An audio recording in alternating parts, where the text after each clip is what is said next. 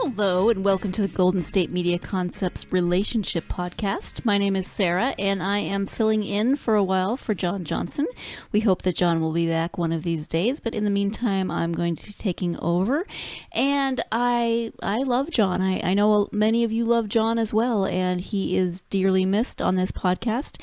It'll be interesting to have a different voice and a different perspective now because I am certainly not John. We, for one thing, he's like a foot taller than I am, and he literally and figuratively has very big shoes to fill in the metaphorical sense because he is so very good at hosting this podcast, and also in the literal sense in that he is a foot taller than I am, so obviously his shoes are not going to fit me.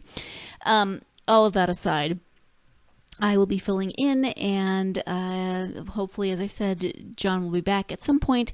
I do not know when that might be, but I will keep you posted when I know things. So, John has talked about numerous topics on this podcast, and I will cover some of those same topics, because that's just the nature of things. But again, it'll be a different perspective, it'll be a different voice, and hopefully some things might resonate with you differently than they might from John's perspective, and vice versa. You might hear something from John that makes much more sense than something that I say, and something that I say might make more sense to you than from John's perspective. Neither way is right or wrong. It is just different ways of looking at the world, looking at relationships. And so today I want to talk about fighting in relationships. A little bit of background on me.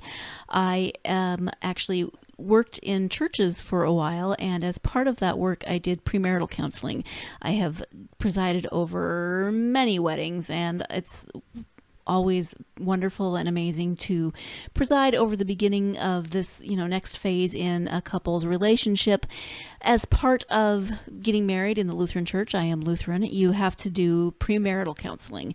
And it's couples get a little freaked out when they find out that they have to do premarital counseling because they have this image in their head of more like couples counseling, where you go and you meet with a therapist or a psychologist or a psychiatrist. And so they have this image in their head, but really it's just meeting with the person that's going to preside at your wedding and talking about a few things. And you're required to have at least 3 sessions. Those sessions are usually about an hour, maybe a little more. And so it's really not that scary. If you are out there and you are thinking of getting married in the church and you're told that you have to have premarital counseling, don't stress. It's not that terrible. At any rate, I did premarital counseling, and it was fairly comical because at the time I got married, and I eventually was married. So for part of the time I was in the church, I was married, but for the first part of the time that I was in the church, I was not married and not in a relationship. So me doing premarital counseling, I always felt was kind of hilarious because I would be talking to these people about getting married and what that means, and to be in this relationship, and I'd be like, not that I know from personal experience, but we're all in relationship. Whether that relationship is platonic or familial or romantic or erotic, we are all in relationships all the time. There is no just one type of relationship, and our experience with certain types of relationship can influence how we look at other types of relationships. At any rate, one of the things that I would ask my couples when they came in was, tell me how you fight.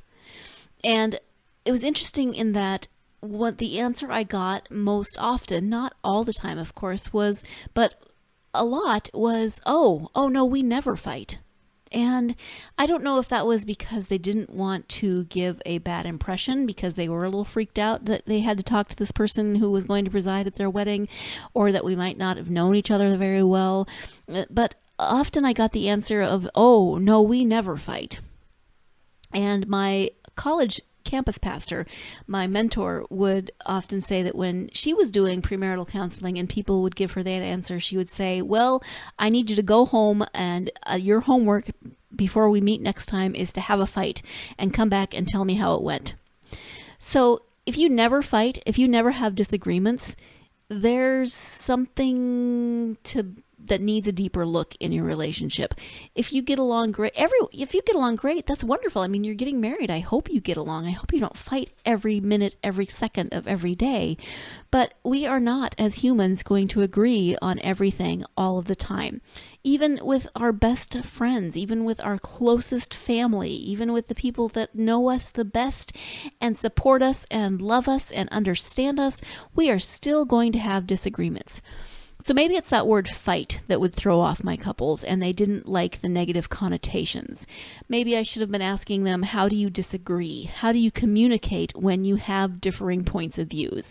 Maybe that word fight was what was throwing them off. Now, there are lots of different ways to have disagreements in relationships, right? Some of them are healthy and some of them aren't.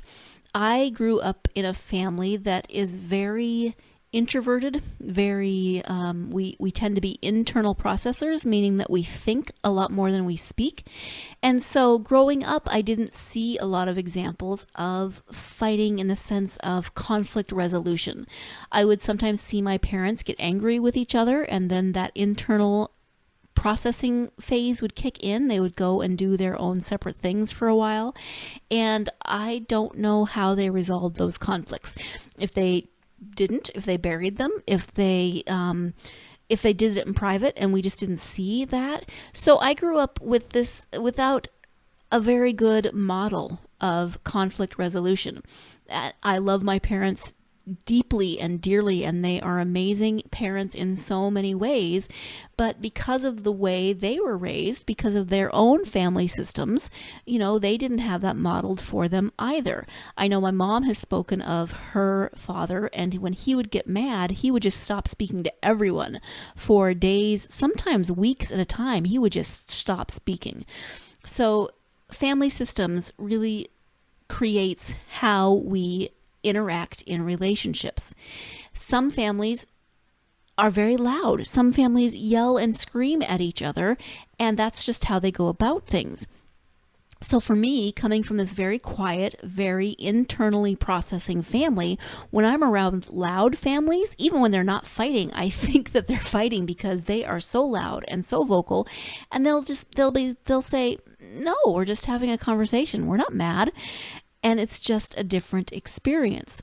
So how you're raised, how you grow up, how you witness, and how relationships are modeled for you are going to affect how you interact in relationship throughout your life. Whether that's, again, your romantic relationships, your platonic relationships, whatever it is, your family systems are going to play a very large role in how you end up fighting, how you end up communicating with the people in your lives.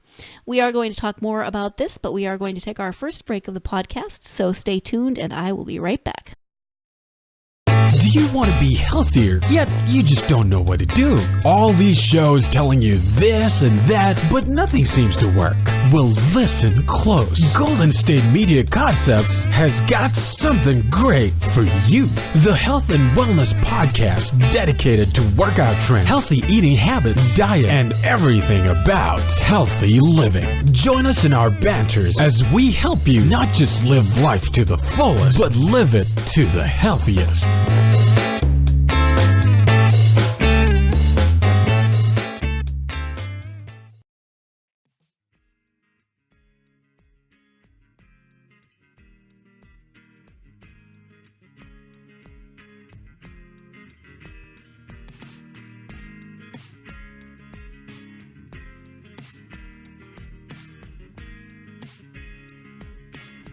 Welcome back to the Golden State Media Concepts Relationship Podcast. We are talking today about the ways that we fight.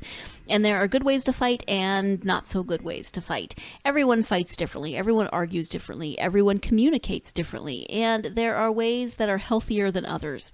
So let's talk about a few of those. So I mentioned families that are loud and they are just very vocal, very loud. As I said, coming from a family that wasn't loud, I never quite know what to do with the loud families. And on the one hand, that can be good because they tend to throw everything out. They don't bottle things up. They let it loose. But on the other hand, that can have negative connotations because if you don't have any kind of filter, you just say whatever comes to mind, and words can really hurt. They can hurt a relationship. When you say something that you don't necessarily mean, but you say it in the heat of the moment, that can have long-term effects, especially on trust. When you have entrusted your life with someone, if you're married or if you're dating or if you are friends, and you trust this person and suddenly they say something that is so hurtful, whether it's based in truth or not, that can really, really damage the trust in a relationship. So saying whatever comes to mind isn't always healthy. Now, the opposite side of that is bottling things up. And I can speak to this from years and years of experience because of my own, modeling and my own growing up. I am uncomfortable with conflict. I'll just put that out there. I am uncomfortable with negativity because I don't want people to be upset with me. I don't want to upset the balance. I don't want to go into that, expressing your feelings and saying you have hurt my feelings or you have made me angry or any of those things makes us vulnerable, and we don't always like to be vulnerable. We don't like to have those hard conversations. So for some of us, it is easier to avoid the conflict, which works for a while, but not really. When you avoid the conflict, it's still there. You haven't resolved anything. It's just sitting there, and it can build up to resentment. It can build up to all kinds of things, and it can lead to things like depression, because often depression is, of course, a chemical imbalance in your brain and often needs to be treated. But depression can also be anger that we don't express, and that can turn inward and can lead into depression. A slightly different kind of depression. When we say depression, we mean a lot of different things. But when we don't express things, then they build up. And, sometimes they don't get said, and they just, for years, things don't get said. And they just, the relationship slowly dies on the vine. People may stay together, but they don't really feel connected anymore. They might say they still love each other, and they do on some level, but they aren't communicating in ways that is expressing that love. They aren't communicating in healthy ways. And sometimes when you bottle all those things up inside, then it just comes spewing out, like when you shake up a soda and you take that lid off and all the pressure just explodes out. And that's not helpful either, because then you're back to saying things that you might not necessarily mean because you've bottled everything up so much. So ideally, what we need to do is to have these conversations before they become problems. We need to have them in ways that are healthy and expressive, but not hurtful. And of course, none of us lives in that perfectly ideal situation. We are human. And as humans, we make mistakes.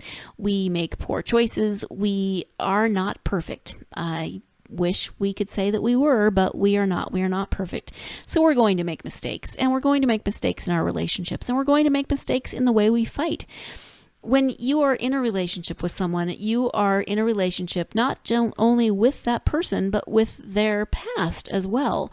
So you are in a relationship with a person who has been defined by their own family, by their own friends, by their own experiences, by the way that relationships have been modeled for them, and they are in a relationship with you and all those same experiences and all those same factors. So you can't just go into your relationship assuming that your partner is going to fight the same way you do, that your partner is going to communicate the same way you do, because chances are good that that is not going to be the case. And so the first part of any relationship is figuring those things out, figuring how you communicate, especially when you have some sort of conflict to resolve. Now, sometimes those conflicts are silly. Sometimes it's, I like to leave the light on at night. I like a little bit of light while I'm sleeping. And no, I like things completely dark. Yeah, okay. Well, you can figure those things out. Sometimes it's a lot bigger. Like, where are we going to live? How are we going to support ourselves? How are we going to make these big decisions about money, about sex, about family, about children, about everything that can go into a relationship, no matter what that relationship is? And so you have to figure out how to have those conversations because they can be extremely uncomfortable. Ideally, you go into them listening more than you talk so that you hear what your partner is saying, really hear what your partner is saying. There's a meme on social media that I see all the time that says that one of the problems we have in this day and age with communication is that we listen so that we can reply. We don't listen so that we can hear what the other person is saying. And there's a lot of truth to that because, when you're having an argument or when you're having a debate or you're having a conversation, you're listening to the other person and in your brain you're like, oh yes, but I want to rebut that point with this, and I want to say this about that, and I have this anecdote that I can apply to that situation.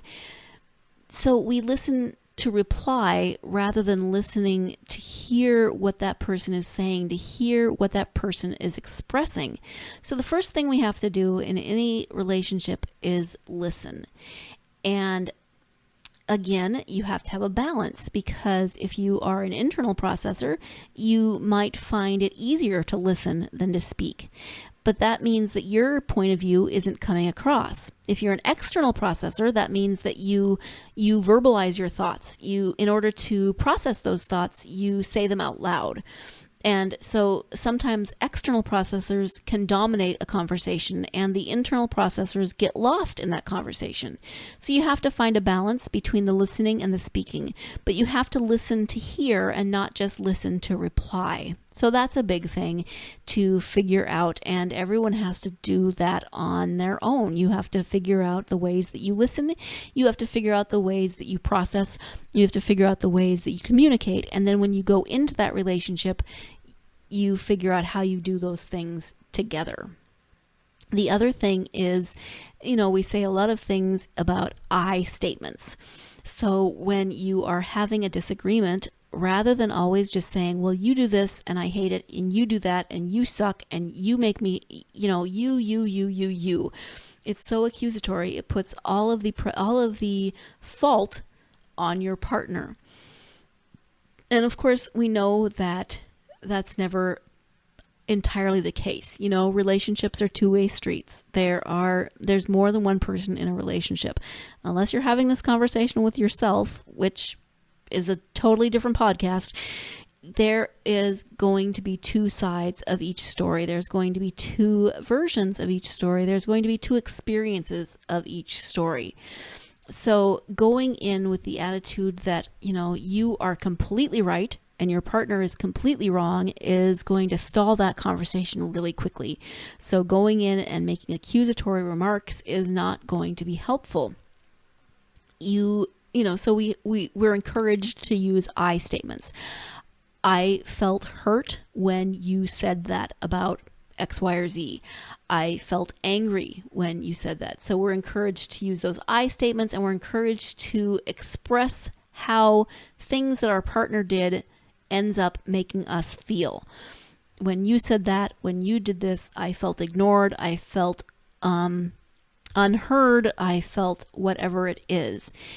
And that is really good, but it's so hard in the moment. On paper, that looks great, right? But in the moment, we can get so caught up in those emotions can overpower us. And we, instead of saying, I felt hurt, you lash out and you say, you're a horrible person and you did this. And that can lead to even more problems. So we're going to take our second break of the podcast. And when we come back, we'll be wrapping up the podcast and talking a little bit more about how we fight. So stay tuned and I will be right back. Tired of searching the vast jungle of podcasts? Now listen close and hear this out. There's a podcast network that covers just about everything that you've been searching. Hey! The Golden State Media Concepts Podcast Network is here. Nothing less than a podcast bliss with endless hours of podcast coverage. From news, sports, music, fashion, cooking, entertainment, fantasy, football, and so much more. So stop lurking around and go straight out to the Golden State Media Concepts Podcast Network. Guaranteed to fill that podcast itch.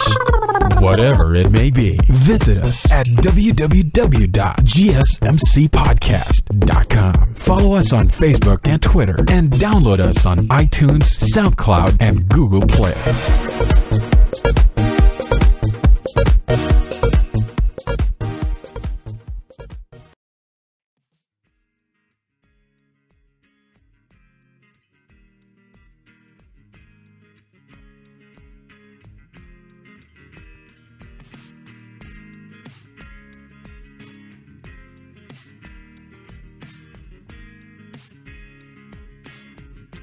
Welcome back to the Golden State Media Concepts Relationship Podcast. We are talking today about fighting, about having arguments, about communication in relationships, and how things are helpful and how things are unhelpful. And again, this can be in your romantic relationships, this can be in your family relationships, this can be in your platonic relationships. I have a friend, my very best friend, and we rarely fight. Which is what I was saying at the beginning when, I do counseling with couples and they say, oh, we never fight. And I want to say, well, that's not good either. And my best friend and I rarely fight because we both tend to be more of the conflict avoiders. So it's not that we don't ever have disagreements. We tend to just not argue about them too much. And we really do have very similar worldviews in most things. So there's not a lot that we fight about. And we don't live together. So, there are fewer things to argue about. But we still have those moments. And we've been friends for over 20 years. So we have to figure these things out in order to have been friends for that long. But whenever you are in a relationship, you have to figure out how you both communicate in order for that relationship to be as healthy as possible. And again, we're all human, so we're not going to be perfect, and we're not going to figure this out right away, and it's going to be a work in progress. Your relationship is going to evolve as you grow both individually and together as people. And so how you communicate is going to continue to evolve as your relationship evolves. Hopefully it will continue to get healthier and stronger, but there are going to be huge roadblocks in your relationship, no matter what type it is. There's always things that come up, and how you address those situations is going to be very crucial to your relationship. So if you're going along just fine and you don't really need to argue, and then suddenly, wham, one of you is unemployed, or something happens with your finances, or there is just a huge upheaval in your life in some way, shape, or form, the death of a loved one, anything can throw that roadblock into your relationship. And how you communicate during those times is crucial, because it can make or break your relationship. How we respond to the big moments in our relationships can be really important. So how we fight is really important. I mean, how we communicate, yes, but how we fight, because how we deal with those things that we don't agree on is very important to a relationship. There's no one size fits all in terms of how to fight properly. There's no right way to fight. There's no right way to have these arguments. It really depends on your personality and the personality of your partner. There's all kinds of things out there, that in terms of personality quizzes or personality assessments. There's things like the Enneagram. There's things like the Myers-Briggs. There's any number of things that can help you to determine how you look at the world, how you see the world. And sometimes people find those very helpful in learning how to communicate with another person. When I started a job several years ago, my supervisor and I actually went through what we jokingly called premarital counseling, in that we sat down with someone who did coaching and did this type of counseling with people as to how you communicate. And it turns out that we were almost exactly opposite on pretty much everything. He was an extrovert to my introvert. He was an external processor to my internal processor. He was a big picture person to my details. And so in many ways, those aspects balanced, but then in other ways they clashed, so he would need to externally process. So he would come to my office and talk for an hour and a half. And I would think, okay, I've got work to do. I need to get this done. And so we had to work out how we would do that. And so he would come in and he would talk for a while. And at a certain point, I would say, okay, I need you to go away now. And you might not do that with everyone, but that was how we worked it out, so that it would, and he would realize, okay, he's had his time. And, sometimes he would say, well, I need to talk a little bit more, and that would be fine. We would work that out. So you have to know how you communicate in order to fight effectively, in order to argue effectively. You're not going to do it. Probably you're not going to do it the exact same way as your partner. That has to do with your personality. That has to do with the way you were raised. That has to do with any number of external and internal factors that go into the way that you communicate. So there is no one size fits all. But that doesn't mean that it's hopeless or that you are helpless in this situation. It just means that you really have to listen.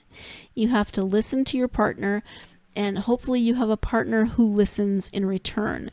You listen, and then you have conversations that are as I statement focused, as loving, as mature as possible, where in that, you're not trying to bully the other person into accepting your perspective.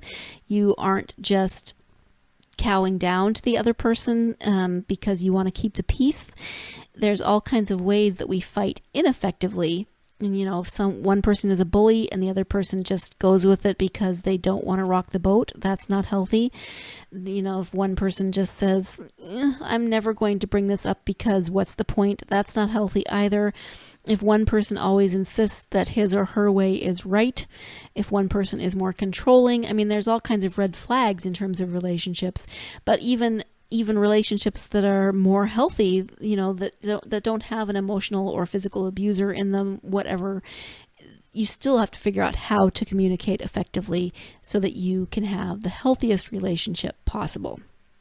So communication is going to be probably a key topic in this podcast because our lives are built on how we communicate with each other, and our relationships are built on that as well. So thank you for joining me for this episode of the Relationship Podcast. I hope that a different voice didn't throw you off too much and that you're not missing John too much. I'm missing him as well. Hopefully we will hear his voice on this podcast again soon. In the meantime, I hope you'll join me again next time for our next episode. In the meantime, you can find all of our podcasts, the GSMC Podcast Network podcasts, at www.gsmcpodcast.com. You can download these podcasts, all of the podcasts, on iTunes, SoundCloud, Stitcher, Google Play, and any app that you use for your mobile device. You can follow us on social media. We're on Tumblr, Twitter, and Facebook, and you can find us and interact with us on social media, GSMC Relationship. Come find us on social media, give us your questions, give us topics that you would like covered on this podcast, give us your own thoughts, whatever it is, we would love to hear from you. I hope that you have a great week. I hope you'll join me again next time. Thank you so much.